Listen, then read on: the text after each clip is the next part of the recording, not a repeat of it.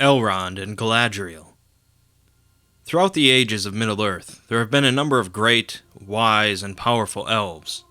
We have already discussed such elves as Feanor and Fingolfin, and there is also Glorfindel and Celebrimbor, but in the third age of Middle-earth, there was inarguably no greater elves than Elrond and Galadriel.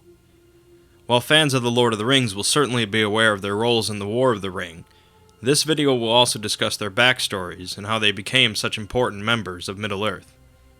Galadriel was born in the Years of the Trees in Valinor, the son of one of the brothers of Feanor. Her father named her Artanis, meaning noble woman, and her hair was a unique and dazzling blend of gold and silver, said by some to have captured the light of the two trees. One legend says that Galadriel's hair is what inspired Feanor to capture the light of the two trees into the Silmarils. Her mother was of a different house of elves than her father, but since her grandfather was king of the Noldor elves, she was a princess of that house. When Feanor swore his oath to recover the Silmarils, it kindled a desire in her heart to see Middle-earth, and although she did participate in the revolt with the other Noldor elves, she actually fought against Feanor when he attacked the Teleri elves for their ships, as they were part of her mother's house. Regardless, Galadriel was left behind when Feanor used the ships to cross to Middle-earth, and so she went north with her brothers and Fingolfin to cross the icy wastes. Upon arriving in Middle-earth, she, along with her oldest brother Finrod, came upon Doriath, home of King Thingol. It was here that she met Celeborn, who would later become her husband. Galadriel would spend most of the First Age in Doriath with her husband, or with Finrod in the fortress that he had established. Galadriel and her husband survived both the destruction of Finrod's fortress by Glaurung the dragon, as well as the sacking of Doriath by the sons of Feanor. Eventually, after the War of Wrath that overthrew Morgoth, Galadriel and Celeborn ended up in a land ruled by Celebrimbor, the grandson of Feanor and one of the greatest craftsmen to ever live. Galadriel was likely present when Sauron came in disguise to the elves, and assisted them in crafting the Rings of Power. In secret, Celebrimbor had crafted 3 powerful rings without Sauron knowing, and Sauron had crafted the One Ring in secret himself. When Sauron put the One Ring on to control all the other Rings of Power, the elves became aware of his treachery and kept the rings hidden. Celebrimbor sent 2 of the rings elsewhere, and the 3rd ring went to Galadriel. Very few elves knew of the rings, or who held them, and Celebrimbor was slain not long after. Eventually, Galadriel and Celeborn ended up in the recently found realm of Imladris, more commonly known as Rivendell. Here, their daughter met and fell in love with another elf named Elrond. Elrond was born in Middle-earth during the First Age, the great-grandson of Beren and Luthien, meaning Elrond was a descendant of all 3 tribes of elves, all 3 houses of men, as well as a Maya. When the sons of Feanor attacked his homeland in search of the Silmaril belonging to his parents, Elrond and his twin brother were taken captive and raised by one of the sons. Following the War of Wrath, all half-elves, including Elrond and his brother, were given the choice of living as elves or as men.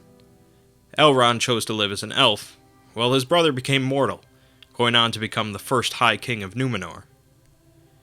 Elrond for a time lived with Gil-galad, High King of the Noldor elves, where he learned many things about lore and healing.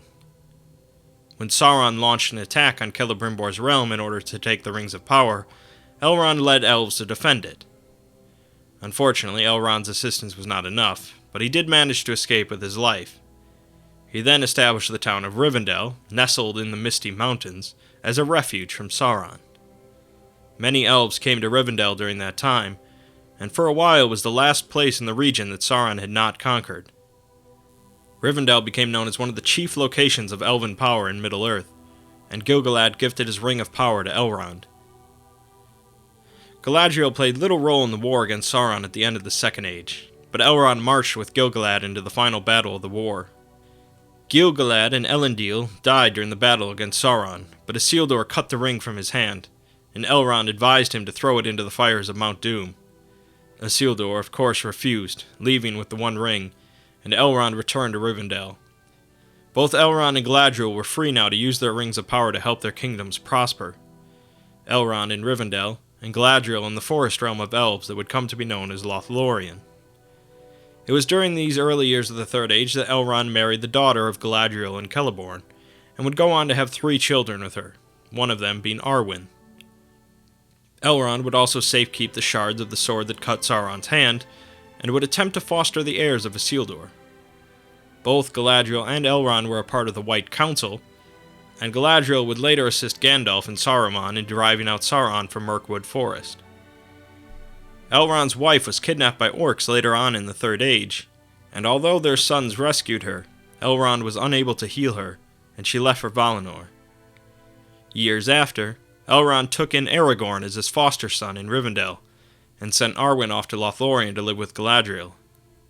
Aragorn fell in love with Arwen, and Elrond informed him of her half-elf nature, and how she would have to choose to live as an elf or as a mortal. Elrond also insisted that Aragorn would not be able to marry her until he was the king of Gondor and Arnor. Not many years after, Elrond was met in Rivendell by Thorin Oakenshield and his company, along with Gandalf. Elrond examined the weapons they had found in the Cave of the Trolls, revealing their names to the company. He also examined the map that Thorin's grandfather had made, reading the hidden moon runes and revealing the location of the secret entrance to Erebor. This would later prove invaluable to the company in their quest. During the War of the Ring, Elrond welcomed Frodo and his companions into his home, partly healing Frodo of his wound from Weathertop. He then held the Council of Elrond with the goal of deciding the fate of the One Ring. Elrond is responsible for deciding a few members of the Fellowship, such as Aragorn, Legolas, and Boromir. He accepted the presence of Merry and Pippin reluctantly. The Fellowship met with Galadriel and Celeborn in Lothlorien not long after. She showed her Ring of Power to Frodo, who subsequently offered her the One Ring. Although greatly tempted by its power, she managed to refuse it. She then gave each member of the Fellowship a parting gift, including giving Aragorn a fabulous green gem known as the Elf Stone, and gave Gimli 3 strands of her hair, recalling 3 similar requests from Feanor for a strand of her hair. After Gandalf's battle with Durin's Bane, he was brought to Galadriel, and she reclothed him and gave him a new staff.